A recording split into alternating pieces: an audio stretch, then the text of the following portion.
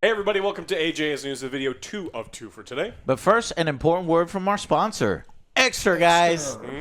Father's Day is coming up, and I know you've probably been buying a lot of crappy gifts.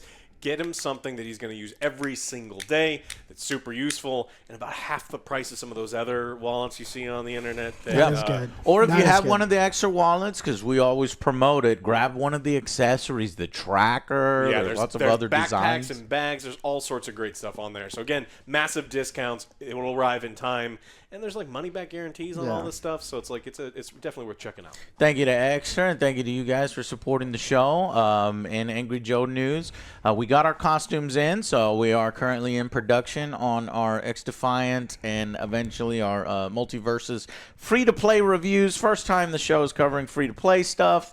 I may have missed my login dailies for a Superman skin, That's a feel so bad. I have to that check fucking on that, and sucks. there might be a nuclear explosion later on today, and I got to record that for the review if that's the case. These fucking, that's what they do. It's called player retention, and it's like they dangle fear of missing out. That's I like don't their even know main how to fucking screen. do this. Log in, log in, log in, Yeah. log in, log in. It's like, there's other things to this game, right? No. Okay, log in.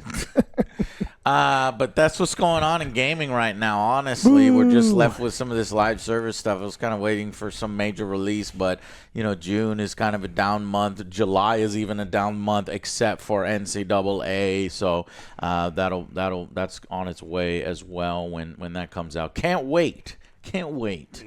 All right, guys. What the heck else? Oh, and I finally figured out what I was saying. You know, because the $500 skin, and you're like, League of Legends. It might be somewhat pay to win. The novelty of it, because the higher level players will get used to the animations coming out of the attacks, and then if the animation's different on a $500 skin, then it's like, whoa, what is that? And then you lose. The word I was looking for. Particle effects. Yes. Yeah, boy. And it's happened multiple, and they get criticized for it every single time. Jinx has an ability where she shoots a big rocket. Yeah. And it goes across the map. And when you see the rocket's not going to hit you, you don't need to flash. You don't need to get out of the way. When they changed it to a giant pink orb for one of her things, it was actually bigger. Its hitbox was exactly the hitbox same was size. bigger? No, the hitbox was the same size. Oh. But the effect thing was itself bigger, was so bigger. causing you to do something. You're like, man, is it going to hit me? I don't. I better flash just in case because this thing does massive damage. And then... Sure. This is what Riot does. Yes. They make a new skin for a champion. They rebalance the game so all the characters with new skins get buffed. All the characters without new skins get nerfed, and so you want to play the new ones because Riot is a shitty company that farts in the mouth. And then after you spent the $500 and getting your mouth farted on, then they nerf it. Oh, no. Yep. So that's even got your better. money. Thank you. Got your money. That fuck guy you. still works for Riot, by the way. The one that was cupcaking he was farting in his hands or just directly fart. And that is what a cupcaking is, in case you didn't know. I did not know. You did not know? A little cupcake. Yeah, No, you because it's like then you go. no. I would be pissed, Yeah, I'm pretty sure. Yeah. They were too. but it didn't matter. Didn't No. matter how pissed you were. You got cupcaked and you liked it. All right. In non-fart news, Take-Two is reportedly looking to either Not fart news. Yeah. Fuck that. More fart more news. farts all the time. Is looking to sell or close its private division publishing label. And so this is something, I mean, Take-Two... Private division is getting shut down. That's weird because I remember when it popped up, right? Private division, and I have some bad feelings toward it. I don't know why. I guess they were, the publishing and the way what they chose and what they chose to support.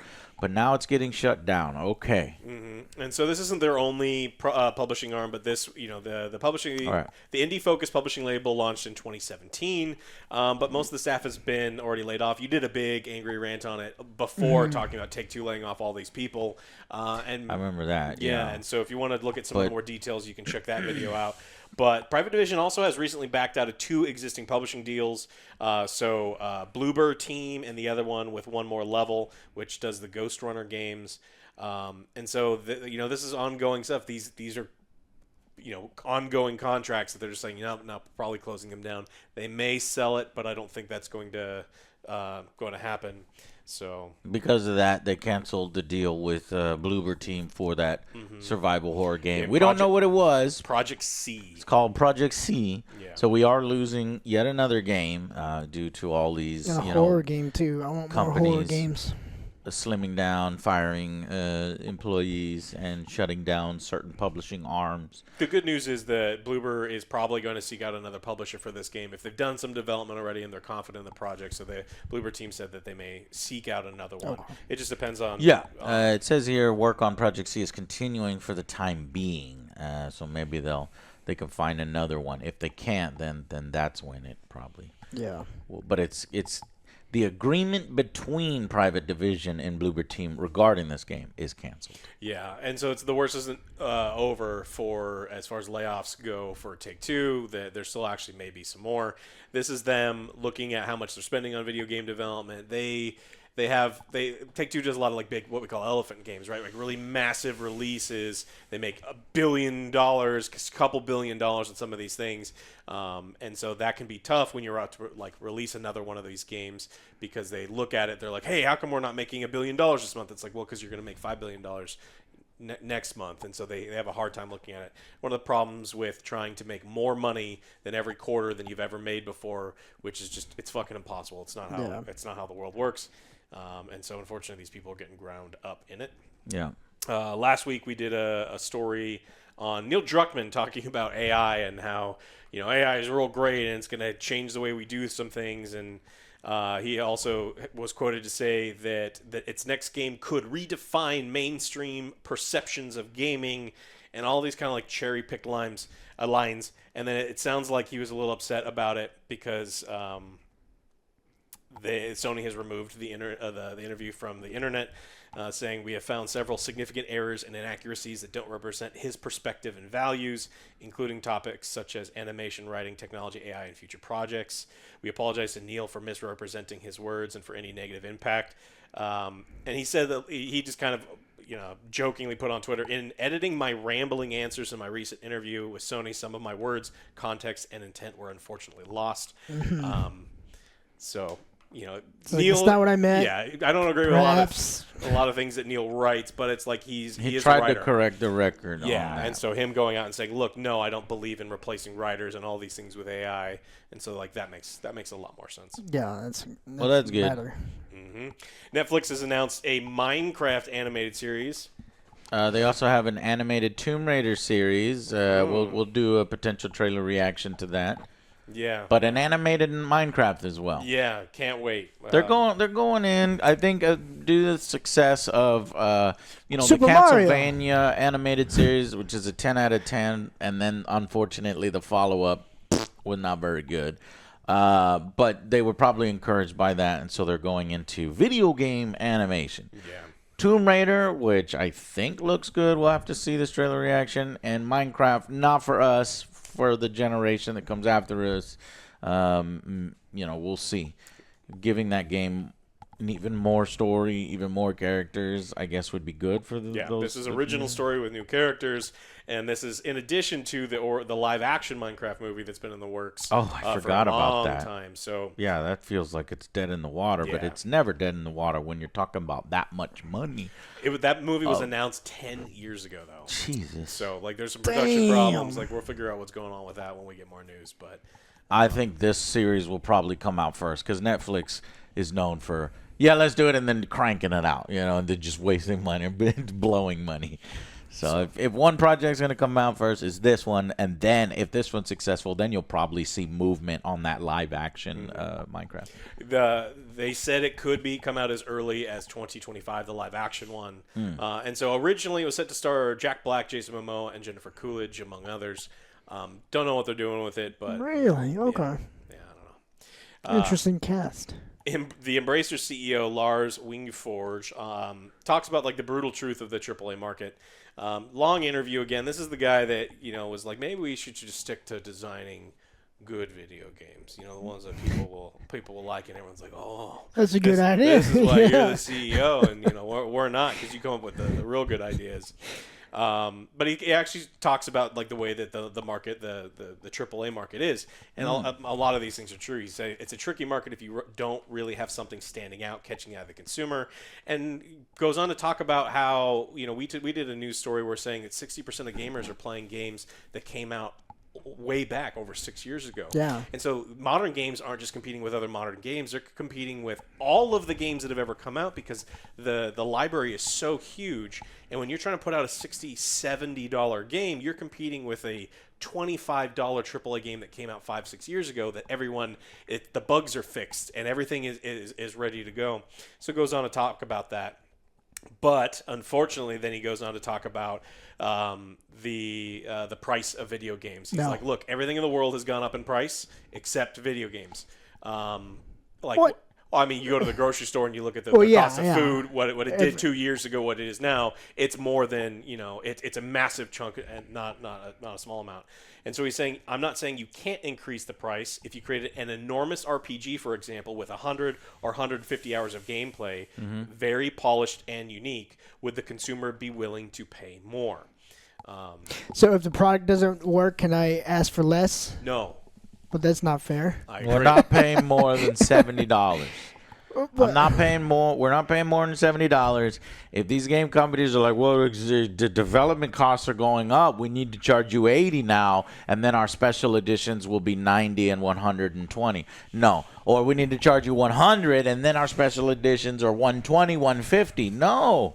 Here's what's happening. You make fresh new IPs and spend less in the budget and get more creative in the video games and this AAA cycle. I don't think the market can sustain, $90 video games. People, it's like the buy one game,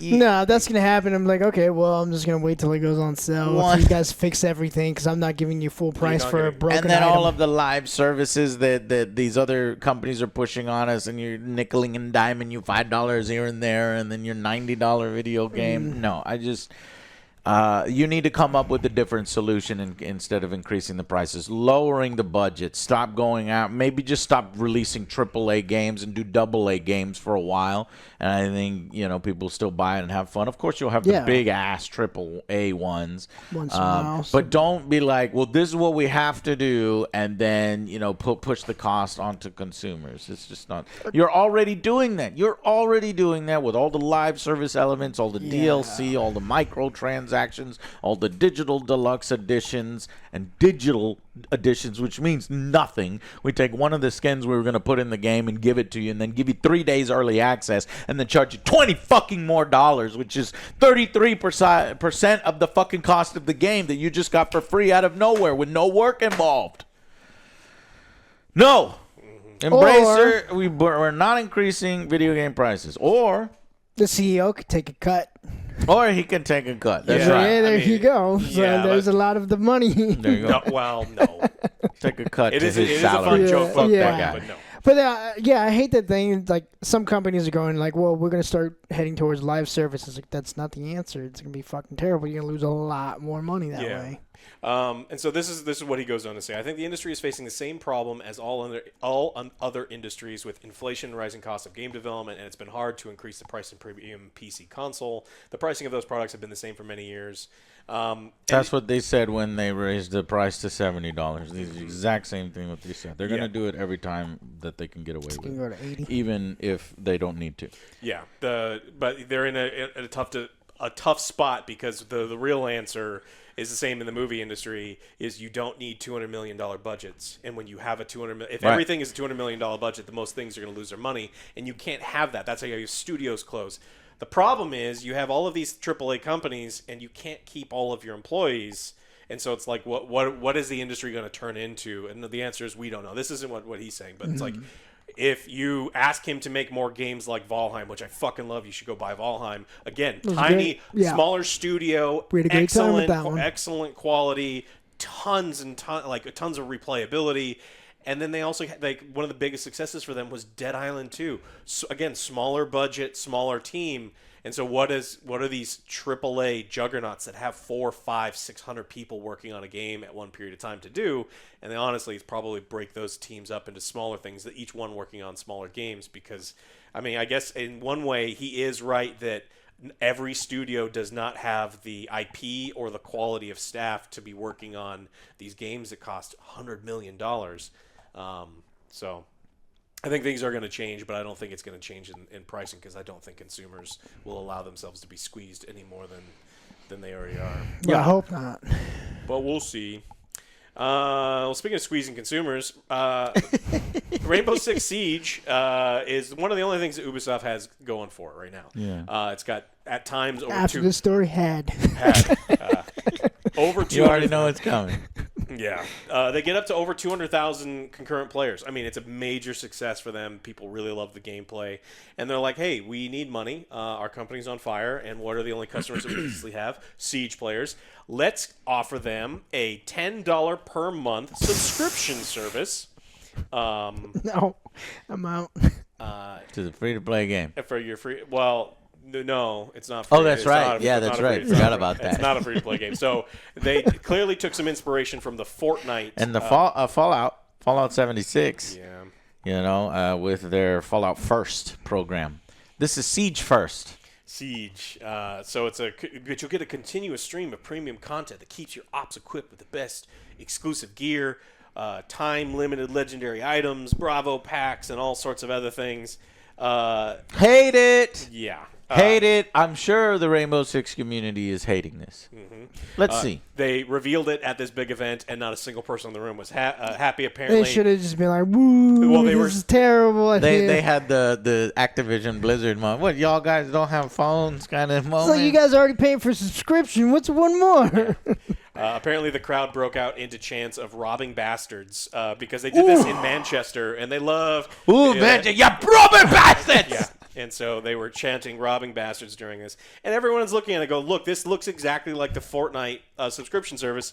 But the problem is Fortnite is free to play, and you get significantly more shit for that. And if you, like... $10. This looks like fucking garbage, Joe.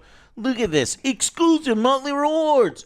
Mozzie Epic Bundle, Joe. 10 battle pass skips. Oh, shit, though. Whoa. Look, it's only $80 if you do it for the year. That's a discount. Look at that. Discounted to 80, Joe. Really You just know how to find deals, don't you? To be fair. I love You them fucking deals. asshole. Bravo pack. We don't even know what a Bravo pack is. Neither do they. Operator voucher. Exclusive skins to just this membership. Fuck off. You're going to immediately see one of those guys, and he's going to get fucking ruthlessly mocked on comms. Mm-hmm. No, fuck this. But, Joe, if you pre-order this bundle, and if you subscribe between June 11th and the 18th, you get an early adopter bonus of an Ash Epic bundle and 600 Rainbow Six credits. No. What? So you can pre-order the subscription. No. So not only is there a subscription, but there's a pre-order bonus for your subscription. Nobody fucking do this, please. Please, nobody do this. The booing at the membership. I'm seeing if we could get a clip of the booing, we'll try to put it in here and we'll cut to it. I put it right here. Yeah, I've got the of them. You got it? People, yeah. Okay.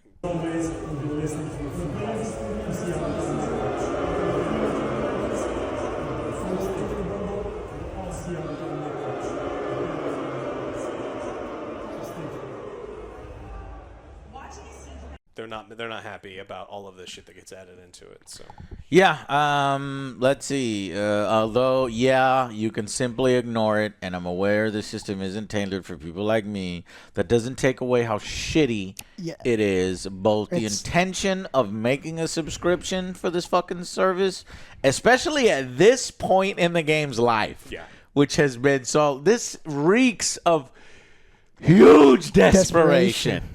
And that just... So like I said, we're on fire. Oh, God. We need to do something. It's like, all right, who's playing the games?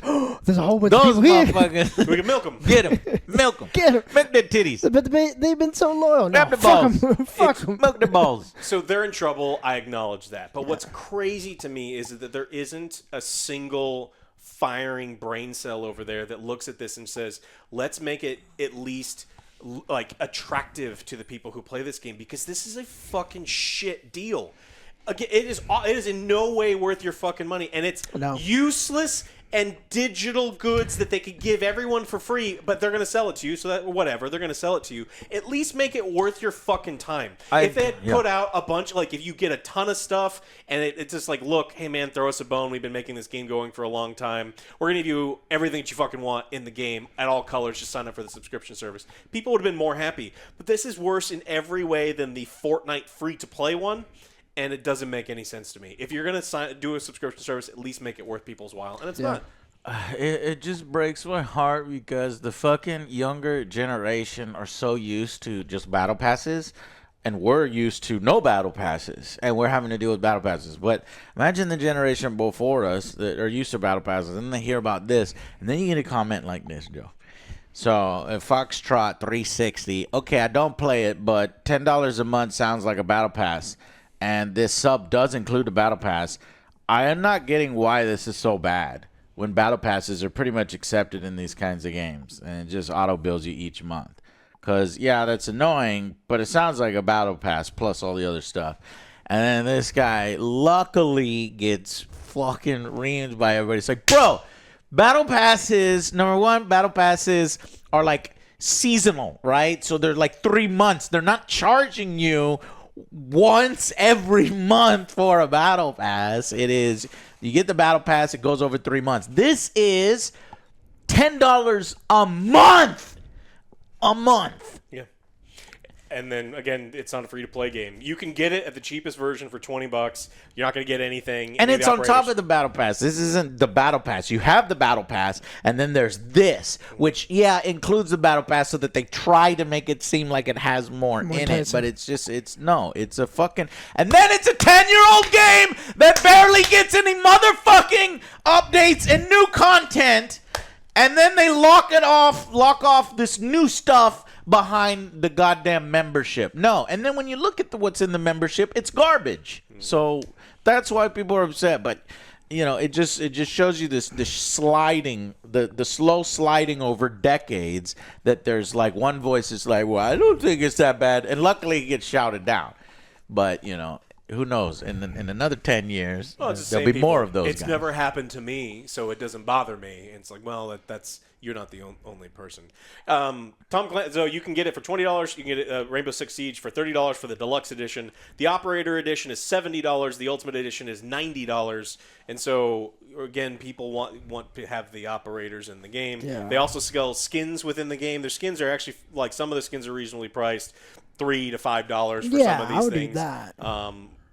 But it's just silly. And so again, not a free to play game. This is on top of everything else, and it's not even a good fucking deal. It's a terrible idea. If it was a good deal, then sure. But the reason we're talking about it is it's a shitty deal. Please don't subscribe. No. Fuck you. That game, I actually love the core gameplay of that game is good.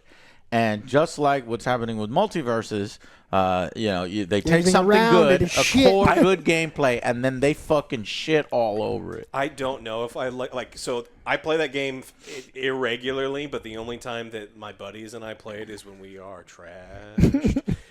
Poor Platinum Fox. Well, be careful though, because then you're gonna sign up for that subscription. Oh no, I don't buy shit. I don't remember doing this. No, you're talking about Rainbow Six. Yeah. You play it trashed. Oh yeah. So and then we'll bug Platinum Fox and be like, hey, because he has like 9 billion hours in there. It's like, hey, he's a ringer in that one. Oh, he's pretty good. Yeah, he's pretty good.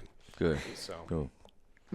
Yeah. All right. Now, anything else you found? Let me double check. No. Well, no. Actually, I should have made mention of this when we talked about the Take-Two stuff.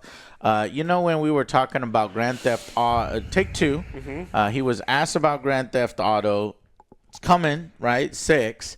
But guess how long it took between the Grand Theft Autos? It seems like it's doubling every time. If there's even like a little roadmap where you can see it was 1 year development cycle, 2 year development cycle, 4 year development cycle, 8 year development cycle. The current one is 12 years. So they're like, are we going to get Grand Theft Auto 7? At this rate, we're getting Grand Theft Auto 7 in 24 years. right? And he's like, no. We are aware that the development has been, there's been a 12-year gap in between our releases, and we are doing things so that, that won't be the case. So But if you're worried about... It takes time to build a casino. If you're worried about it taking 24 years to get to Grand Theft Auto 7 after Grand Theft Auto 6, know that Strauss Zelnick says that no, that won't. And then also he was asked about PC ports, and he got cagey, and he's like, we will make more announcements in due time. So if you're waiting for the PC port, you're probably going to be waiting for a while. So don't hold out hope. I don't think it'll be a simultaneous release. If it is, it's gonna make everybody happy and it's gonna be huge. There's no way. But I don't know. I don't know if they have deals in place that prevent that. But and the reason why you had 12 years, development cycle, and then the potential of 24 years, and people were asking for, is this going to be 24 years? Because of the goddamn live service elements. They keep the fucking shark cards going and the casinos going, and it's like, well, why? Why do we need to make a Grand Theft Auto 6? We don't need. We can make money right now. They put out some other games too in the middle of that. Yeah. So, but yeah, it takes forever. Well, I'm talking about in the economy of just Grand Theft Auto. I mean, obviously the company has other portfolios that'll keep them going so that they can make the next Grand Theft Auto. But yeah, so if you're, don't worry, you won't have to wait until 2050 to play Grand Theft Auto 7. It'll probably be 2036 when we're playing Grand Theft Auto 72. 7. If that's 2050. That'd be 72. You'll still be playing games, right, Joe? We're still going to play games. Yeah, of course. I'm still going to play games. If you're not playing games, I'm going to come over and force you to play games. I'm going to play old games because I don't... Yeah, come over. I don't think any new games are... Give it 5 more years and everything will have a subscription and a battle pass. My barber, Pops? Yeah. He's playing Red Dead Redemption. That's great. And 2, and he's playing Tomb Raider, from... For the articles. Not old Tomb Raider, the trilogy Tomb Raider from Square Enix. I imagine that Danny's just doing the thing where he hands him a controller that's not connected and he's actually playing. He's like, no, you're doing great. No. Pops knows how to play. He actually plays. And he'll ask me questions. I'll help him out with stuff, so... Our barber's awesome. All right. Anyways, that's all I got. We see looks like Netflix is doing a Tomb Raider, so we'll do maybe a trailer reaction on that one. And thank you all guys so much. Thank you to our sponsor Ekster. We got some great deals coming out for Father's Day. Huge percent off. Up to 40% off. Click the links down below. Thank you so much for watching, and we will see you on the next Angry Joe Show. Bye, guys.